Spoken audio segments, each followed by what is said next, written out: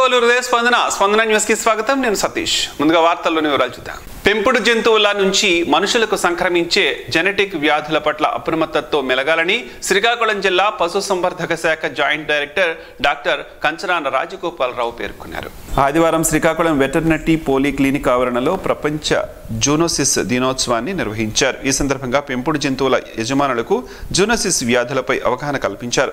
పశువుల నుంచి మనుషులకు సంక్రమించే వ్యాధుల్లో రేబిస్, మెదడువ్యాపు, bird flu, swine flu, anthrax, leptospirosis, brucellosis ముఖ్యమైనవని, వీటిపై జాగ్రత్తగా ఉండాలని పెంపుడు జంతువుల యజమానులకు సూచించారు. ఇది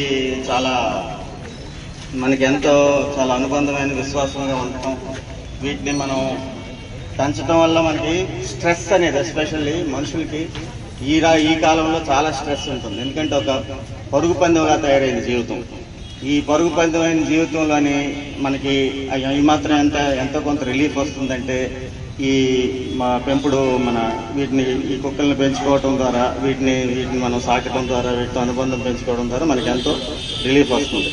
కానీ దురదృష్టవశాత్తు అది ఒక రెండు వ్యాధుల్ని ముఖ్యంగా మనకి సోకే వ్యాధుల్ని, ఇంతకుముందు మనకు అందరికీ తెలిసిందే అది రేబిస్, ఇప్పుడు కొత్తగా లెప్టోస్పైరోసిస్ అని కూడా అది వస్తుంది. ఈ రేబిస్ అనేది మీకు తెలుసు, అది మనిషికి కరిచినట్టయితే పిచ్చిలాగా వచ్చేసి నీళ్లు చూస్తే భయపడుతూ ఇంకా ఆ వ్యాధికి నివారణ ఉండదు, అంటే మనకి చనిపోవటం. అలాగే ఈ లెప్టోస్పైరోసిస్ వల్ల మనకి మనుషులకి ఏమొస్తుందంటే జాండీస్ వస్తుంది, పచ్చకామెరలు అంటారు.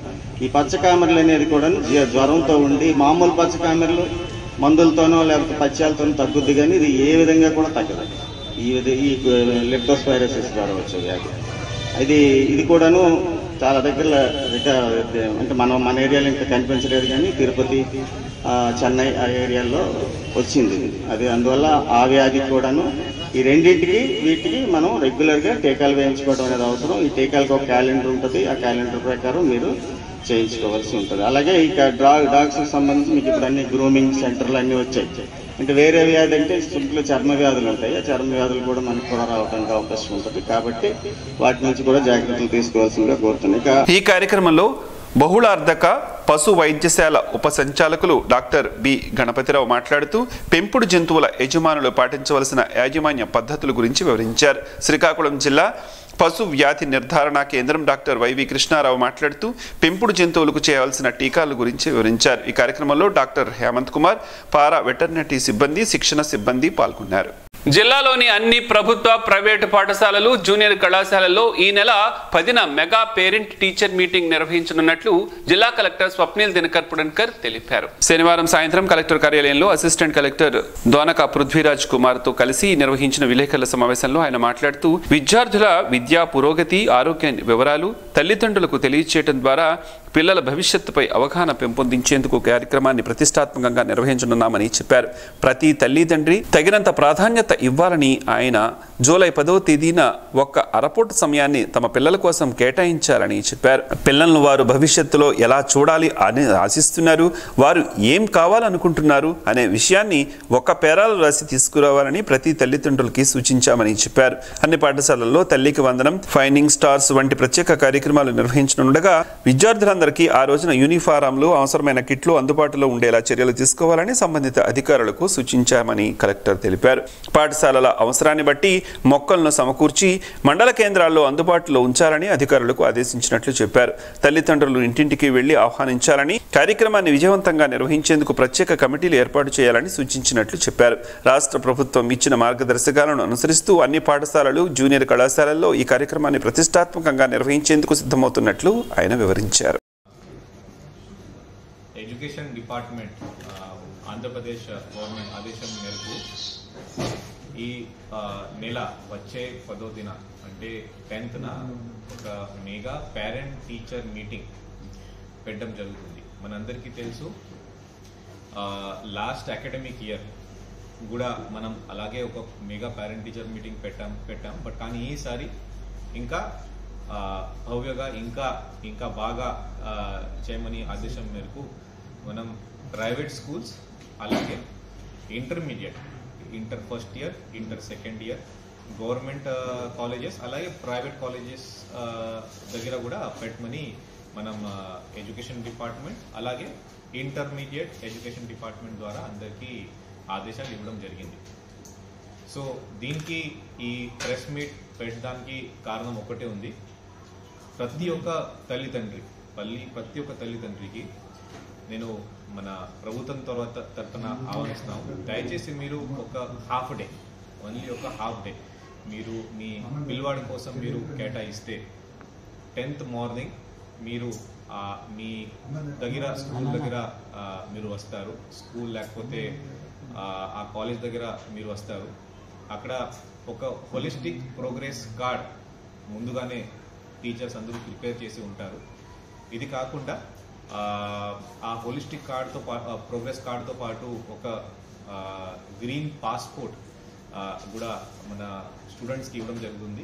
ప్రత్యక్ష దైవం ఆరోగ్య ప్రదాత ఉషా పద్మిని ఛాయా సమేత శ్రీ సూర్యనారాయణ స్వామి వారికి అర్చకులు వైభవంగా కళ్యాణాన్ని నిర్వహించారు. ఈ రోజు మధ్యాహ్నం 4 గంటలకు జ్యేష్ఠ శుద్ధ ఏకాదశిని పురస్కరించుకుని స్వామివారికి కళ్యాణం నిర్వహించనున్నట్లు ఆలయ ప్రధాన అర్చకులు ఇప్పులి శంకర శర్మ తెలిపారు. ఆలయ అర్చకులు సందీప్ శర్మ వేద పండితులు వేద మంత్రాలు మంగళ వాయిద్యాల నడుమ స్వామివారి కళ్యాణంను శాస్త్రోక్తంగా వైభవంగా నిర్వహించారు.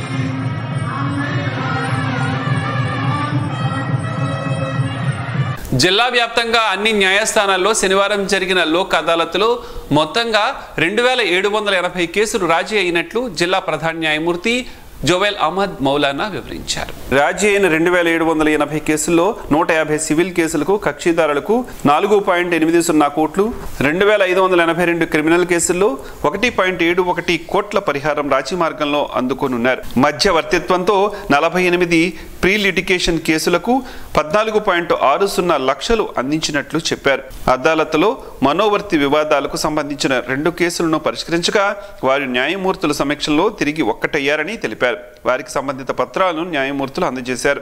జిల్లా కోర్టు ఆవరణలో జాతీయ లోక్ అదాలత్లో కక్షిదారులకు ఆహారం, నీరు సదుపాయాన్ని జి ఇందిరాప్రసాద్, గేదెల వాసుదేవరావులు సౌజన్యంతో అందజేశారు. ఈ అదాలత్లో న్యాయమూర్తులు పి భాస్కర్ రావు, ఎం శ్రీధర్, కె హరిబాబు, జమ్రత్ బేగం, జి సువర్ణరాజు, జిల్లా న్యాయ సేవాధికారిక సంస్థ కార్యదర్శి ఆర్ సన్యాసి నాయుడు పాల్గొన్నారు. ముఖ్యమంత్రి చంద్రబాబు ఆదేశాల మేరకు విజన్ 2047 కార్యక్రమాన్ని విజయవంతం చేసే దిశగా కృషి చేయాలని ఎమ్మెల్యే బగ్గు రమణమూర్తి కోరారు.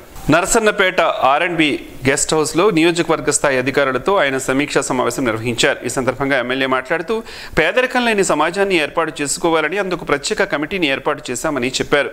ఈ కార్యక్రమంలో నియోజకవర్గ సమన్వయకర్త బగ్గు అర్చన, రాష్ట్ర తెలుగుదేశం పార్టీ BCCL అధికార ప్రతినిధి ధర్మాన తేజ్ కుమార్, డాక్టర్ మెండ పద్మావతి, జామి వెంకట్రావు, నియోజకవర్గ స్థాయి అన్ని శాఖల అధికారులు పాల్గొన్నారు. జిల్లాలోని ఎస్సీ, ఎస్టీలు, బీసీలు, ఇతర వర్గాల చిన్న సన్నకారు రైతులు పండ్ల తోటల పథకాన్ని సద్వినియోగం చేసుకోవాలని జిల్లా కలెక్టర్, జిల్లా నీటి యాజమాన్య సంస్థ DCP స్వప్నిల్ దినకర్ పుడన్కర్ పిలుపునిచ్చారు. మహాత్మా గాంధీ జాతీయ గ్రామీణ ఉపాధి హామీ పథకం ద్వారా 2025-26 ఆర్థిక సంవత్సరం కోసం రాష్ట్ర ప్రభుత్వం చేపట్టిన వర్షాధారిత పండ్ల తోటల పెంపకం పథకం క్రింద జిల్లాలో 22 రకాల మొక్కలను ఉచితంగా అందించనున్నట్లు ఒక ప్రకటనలో ఆయన తెలిపారు. ఈ పథకం కింద మామిడి, జీడి, నిమ్మ, జామ, సపోటా, కొబ్బరి, జూమున్, చింత, సీతాఫలం, దానిమ్మ, అత్తి, బేరు, butter fruit, jack fruit, dragon fruit, మునగ, స్వీట్ ఆరెంజ్, పూల తోటలుగా రోజ్, జాస్మిన్ వంటి పంటలకు గోతుల త్రవ్వకం, మొక్కల కొనుగోలు, నీరు పోయడం సహా నిర్వహణ ఖర్చులు పూర్తిగా ప్రభుత్వమే భరిస్తుందని పేర్కొన్నారు. పంట రకాన్ని బట్టి ప్రతి ఎకరానికి 2 ఏళ్ల నుంచి 3 ఏళ్లలో 68,103 రూపాయల నుంచి 2,51,226 వరకు ఖర్చును భరించనున్నట్లు వివరించారు. గతేడాది జిల్లాలో 1,650 ఎకరాల్లో వర్షాధారిత ఉద్యాన పంటల పెంపకం చేపట్టగా ఈ ఏడాది లక్ష్యాన్ని 3,000 ఎకరాలకు పెంచినట్లు వెల్లడించారు. జాబ్ కార్డు కలిగిన అర్హులైన రైతులు సంబంధిత మండల కార్యాలయాల్లోని ఎంపీడీఓ ఏపీడీఓలను సంప్రదించి దరఖాస్తు చేసుకోవాలని సూచించారు. గ్రామ స్థాయిలో ఫీల్డ్ అసిస్టెంట్ ఆధ్వర్యంలో కూడా వివరాలు పొందుపరచవచ్చని, పత్రాలు కూడా సమర్పించవచ్చని పేర్కొన్నారు. రైతులు ఈ అవకాశాన్ని వినియోగించుకుని స్థిర ఆదాయ మార్గాన్ని ఏర్పరచుకోవాలని కోరుతున్నట్లు కలెక్టర్ పేర్కొన్నారు.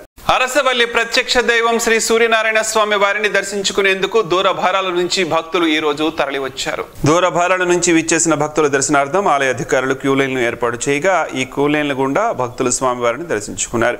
భక్తులు ముందుగా ఇంద్ర పుష్కరిణి వద్ద ఏర్పాటు చేసిన స్నానపు గదుల్లో స్నానమాచరించి స్వామివారిని మొక్కులను చెల్లించుకున్న అనంతరం స్వామివారిని దర్శించుకుని తీర్థప్రసాదాలను స్వీకరించారు. అలాగే ఆలయ అనివెట్టి మండపంలో సామూహిక సూర్య నమస్కారాల కార్యక్రమాన్ని అర్చకులు నిర్వహించారు. ఈ కార్యక్రమంలో భక్తులు పాల్గొని స్వామివారి అనుగ్రహాన్ని ఆకాంక్షించారు. ఆలయ ప్రాంగణంలో దర్శనం అనంతరం తిరిగి వెళ్లే భక్తులకు ఆలయ అధికారులు ఉచితంగా ప్రసాదాన్ని అందజేస్తున్నారు. ప్రతిరోజు ఆలయ ప్రాంగణంలో జరిగే అన్నదాన ప్రసాద వితరణ కార్యక్రమం ఈ రోజు కూడా జరిగింది.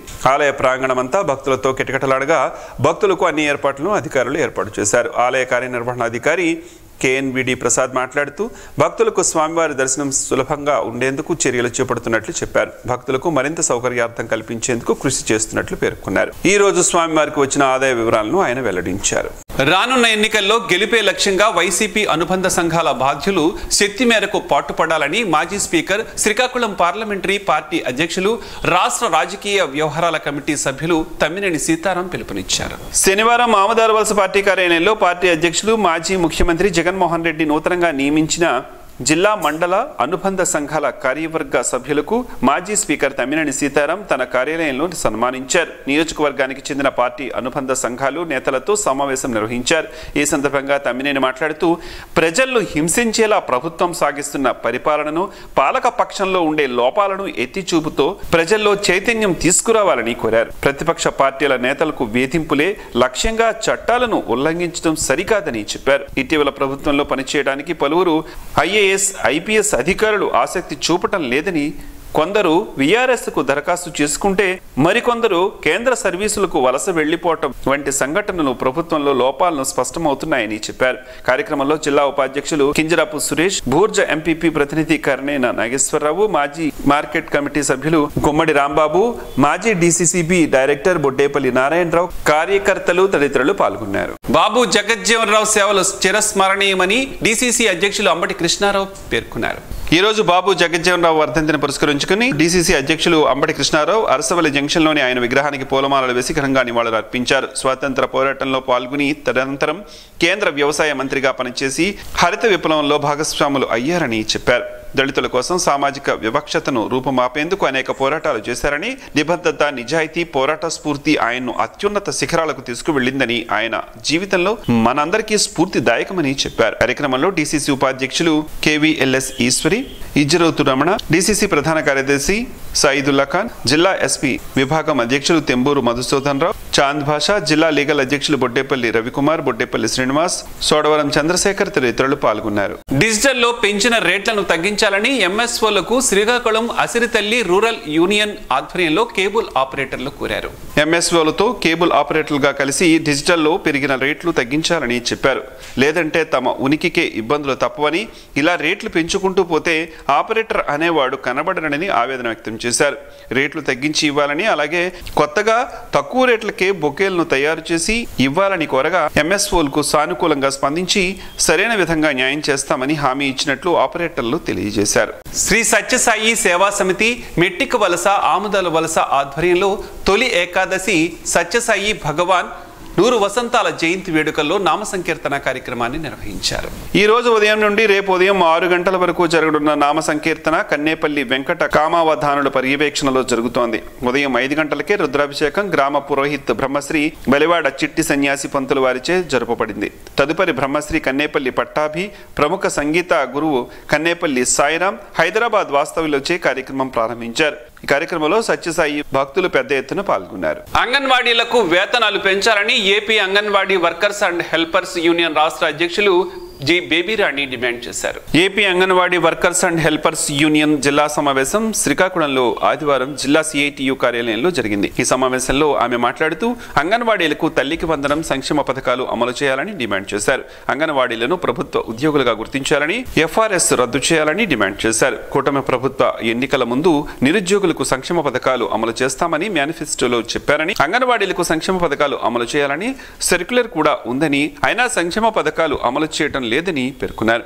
అంగన్వాడీలకు కుటుంబంలో పిల్లలకు తల్లికి వందనం, విద్యా దీవెన, ఇంట్లోని వృద్ధులకు వృద్ధాప్య పింఛన్, వితంతు పెన్షన్ ఇవ్వటం లేదని చెప్పారు. అంగన్వాడీ సెంటర్లో పిల్లలకు ఈకేవీసీ నమోదు, లబ్ధిదారులకు ఓటీపీ వలన అంగన్వాడీలు తీవ్ర మానసిక ఒత్తిడికి గురవుతున్నారని పేర్కొన్నారు. ఈ సమావేశంలో సిఐటియు జిల్లా అధ్యక్ష ప్రధాన కార్యదర్శులు C H Ammanaidu, P Tejeswararao, AP anganwadi workers and helpers union జిల్లా అధ్యక్ష ప్రధాన కార్యదర్శులు కె కళ్యాణి, డి సుధా, నాయకులు C Latadevi, K Sujatha, J Kameswari, K Lakshmi, S Adilakshmi, Jyothi, Madhavi, Appala Narasamma, Sunitha తదితరులు పాల్గొన్నారు. నగరంలోని ఓ ప్రైవేట్ కళాశాలలో తెలుగు రచయితల వేదిక 106వ నెలవారీ సాహితీ సమ్మేళనం తెరవే అధ్యక్ష కార్యదర్శులు ఉత్తరావల్లి నాగేశ్వరరావు, రఘుపాత్రుని వెంకట రమణమూర్తుల ఆధ్వర్యంలో ఘనంగా జరిగింది. ఈ కార్యక్రమంలో ఫిరదౌసి కావ్యంపై డాక్టర్ బారువ కోమలరావు సాహితీ ప్రసంగం చేశారు. ఈ సందర్భంగా కార్యక్రమానికి ముఖ్య అతిథిగా హాజరైన పూర్వపు జిల్లా విద్యాశాఖాధికారి బలివాడ మల్లేశ్వరరావు మాట్లాడుతూ తెరవే విభిన్న రీతిలో సాహితీ కార్యక్రమాలు నిర్వహిస్తూ ఆదర్శం కావటం అభినందనీయమని కొనియాడారు. ఈ సందర్భంగా ప్రసంగకర్త డాక్టర్ బారువ కోమలరావును ఘనంగా సన్మానించారు. ఇటీవల పదవీ విరమణ చేసిన రాష్ట్ర స్థాయి పురస్కారాలు, ఉన్నత పదవులు పొందిన తెరవే సభ్యులు బోగెల ఉమామహేశ్వరరావు, కుప్పిలి త్రినాథరావు, పి తిరుపతిరావు, వావిలాపల్లి రాజారావు, కిల్లానా శ్రీనివాస్, తెప్పల కృష్ణమూర్తులను పూర్వపు జిల్లా విద్యాశాఖాధికారి తెరవే గౌరవ అధ్యక్షులు బలివాడ మల్లేశ్వరరావు చేతుల మీదుగా ఘనంగా సత్కరించారు. ఈ కార్యక్రమంలో తెరవే సభ్యులు Chata Srinivas, I N D Prasad, Vadada Srinivas, T Lingaraju, Nikku Appanna, K B Ravishankar, Iddi Papaiah, M Upendra Sharma, Thota Gopalarao, Tangi Erramma, S Eswararao తదితరులు పాల్గొన్నారు.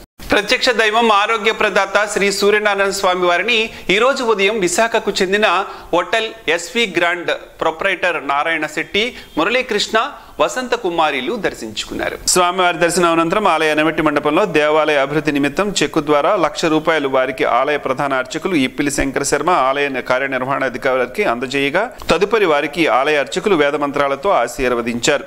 వారికి శ్రీ స్వామివారి ప్రసాదం జ్ఞాపికను అందజేశారు. డాక్టర్ బాబు జగజ్జీవన్ రావు వర్ధంతి కార్యక్రమం ఆదివారం శ్రీకాకుళం జిల్లా ఎంఆర్పిఎస్ జిల్లా అధ్యక్షుడు లొంపింటి తేజేశ్వరరావు ఆధ్వర్యంలో నిర్వహించారు. బాబు జగజ్జీవన్ రావు వర్ధంతి సందర్భంగా స్థానిక అరసవల్లి జంక్షన్లోని ఆయన విగ్రహానికి ఎంఆర్పిఎస్ నాయకులు పూలమాలలు వేసి నివాళులర్పించారు. ఈ కార్యక్రమానికి ముఖ్య అతిథిగా శ్రీకాకుళం జిల్లా ఎంఎస్పీ ఇన్ఛార్జి తొత్రమూడి శ్రీనివాస్ మాదిగం పాల్గొని జగజ్జీవన్ రావుకు ఘన నివాళులు అర్పించారు. ఈ కార్యక్రమంలో ఎంఆర్పిఎస్ జిల్లా ఉపాధ్యక్షులు దీర్ఘాసి హరీష్ కుమార్, జిల్లా అధికార ప్రతినిధి కంటిపాక హిమశేఖర్, టౌన్ అధ్యక్షులు కనుకుర్తి గోవిందరావు తదితరులు పాల్గొన్నారు. డాక్టర్ శ్యామ్ ప్రసాద్ ముఖర్జీ జయంతి కార్యక్రమం ఆదివారం స్థానిక ప్రభుత్వ డిగ్రీ కళాశాల సెమినార్ హాల్ యువజన వ్యవహారాల క్రీడలు మంత్రిత్వ శాఖ ఎన్ఎస్ఎస్ సంయుక్త ఆధ్వర్యంలో జరిగింది. కార్యక్రమంలో ప్రిన్సిపల్ కె శ్రీరాములు ముఖ్య అతిథిగా పాల్గొని యువతను ఉద్దేశించి మాట్లాడారు. డాక్టర్ శ్యామ్ ప్రసాద్ ముఖర్జీ ఒక ప్రముఖ భారతీయ విద్యావేత్త, న్యాయవాది, రాజకీయ నాయకుడని కొనియాడారు. ముఖర్జీ కలకత్తా విశ్వవిద్యాలయంలో చదువుకుని తన 33వ ఏట అదే విశ్వవిద్యాలయానికి 1934లో ఉపకులపతిగా నియమించబడ్డారని ఆయన చెప్పారు. మేరా Yuva Bharat deputy director K Venkat Ujjwal మాట్లాడుతూ, స్వతంత్రం తర్వాత ముఖర్జీ భారత ప్రభుత్వంలో పరిశ్రమలు, సరఫరాల శాఖ మంత్రిగా పనిచేశారని, కాశ్మీర్కు ప్రత్యేక ప్రతిపత్తిని కల్పించేలా ఆర్టికల్ 370ని వ్యతిరేకించేవారని చెప్పారు. లెక్చరర్ బి వరలక్ష్మి మాట్లాడుతూ, కాశ్మీర్ను భారతదేశంలోని మిగిలిన ప్రాంతాలతో అనుసంధానించడానికి డాక్టర్ శ్యాంప్రసాద్ ముఖర్జీ ప్రాణత్యాగం చేశారని చెప్పారు. ఈ కార్యక్రమంలో కళాశాల వైస్ ప్రిన్సిపాల్ వై పోలినాయుడు, లెక్చరర్లు doctor R Hanitha, Adinarayana, Ravibabu, S Arunakumari, doctor P L N Chelamaiah, Mera Yuva Bharat volunteers Arugula Dileep Kumar, Mattu Priyanka, గార మౌనిక,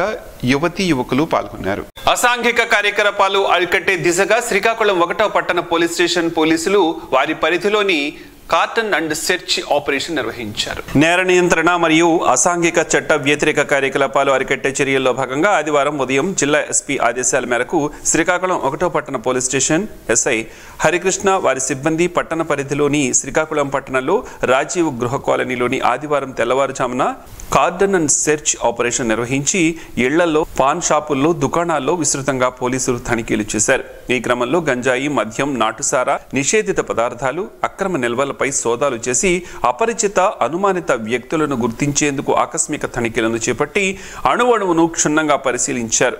అనుమానిత వ్యక్తులు విచారించి పాత నేరస్తుల ఇళ్లలో తనిఖీలు నిర్వహించారు. ఇందులో భాగంగా అనధికారులైన వాహన పత్రాలు లేని 5 ద్విచక్ర వాహనాలను స్వాధీనం చేసుకోవడం జరిగిందని ఎస్ఐ హరికృష్ణ తెలిపారు. నేరేడు పళ్లతో పలు ఆరోగ్య ప్రయోజనాలున్నాయని ఆరోగ్య నిపుణులు చెబుతున్నారు. ఆ వివరాలు ఏమిటో ఈ రోజు ప్రసారమయ్యే ఆరోగ్యమే మహాభాగ్యంలో తెలుసుకుందాం.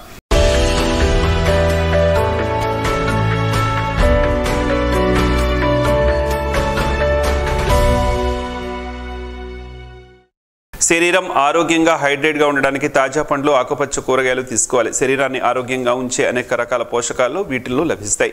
పండ్ల వినియోగం అనేది వ్యాధుల నుంచి బయటపడడానికి సహాయపడుతుందని ఆరోగ్య నిపుణులు చెబుతున్నారు. నేరేడు కూడా ఇలాంటి పండు. నేరేడు అనేక ఔషధ గుణాలు నిండి ఉంది. Vitamin C, protein, calcium, vitamin B6, vitamin ఏతో సహా అనేక పోషకాలు, విటమిన్లు ఇందులో లభిస్తాయి. ఈ రోజు మనం నేరేడు పళ్ళ వల్ల కలిగే ప్రయోజనాలను తెలుసుకుందాం.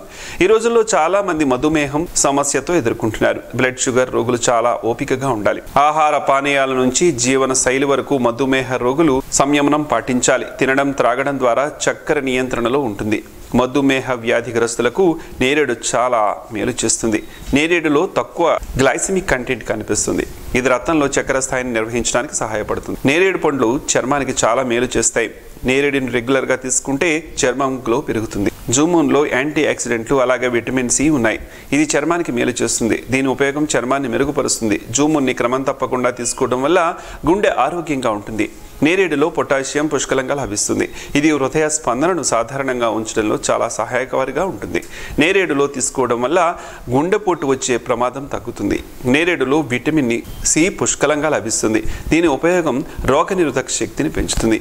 దీని కారణంగా మీరు అనేక వ్యాధుల నుంచి సుదూరంగా ఉండవచ్చు. నేరేడులో క్యాన్సర్ నిరోధక లక్షణాలు కలిగి ఉంటాయి. దీన్ని క్రమం తప్పకుండా తీసుకోవడం వల్ల పెద్ద ప్రేగు క్యాన్సర్ ప్రమాదాన్ని తగ్గిస్తుంది. ఈ నల్లం పండులో యాంటీ ఆక్సిడెంట్లు ఉంటాయి.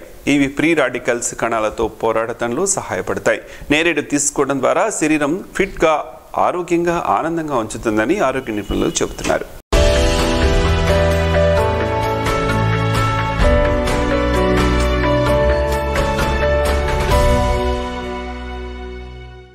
ఈ వార్తల్లో మంచి మాటను విందాం, ఆచరిద్దాం. స్ఫూర్తిని కలిగించే మహనీయుల మాటల్లోంచి ఈరోజు జీవనం గమనం గమ్యం. ఋషి చింతన. పుస్తకాల కన్నా, యుగాల కన్నా జీవితానికే ఎక్కువ అనుభవం. ఎద్దు ఎక్కడికి పోయినా చాకిరీ చేయాల్సిందే. తపస్వి ఎక్కడ ఉన్నా త్యాగం చేయాల్సిందే. ఓం శ్రీ గాయత్ర్యై నమః. ఈ వార్తలు ఇంతటితో సమాప్తం. చూస్తూనే ఉండండి స్పందన న్యూస్, మీ మాటే మా బాట. స్పందన టీవీ ప్రేక్షకుల కోసం స్పందన న్యూస్ ను యూట్యూబ్ లో అందుబాటులో ఉంచడమైంది. SDV స్పేస్ స్పందన అని టైప్ చేసి మీకు అనుకూలమైన సమయాల్లో న్యూస్ ని వీక్షించవచ్చు.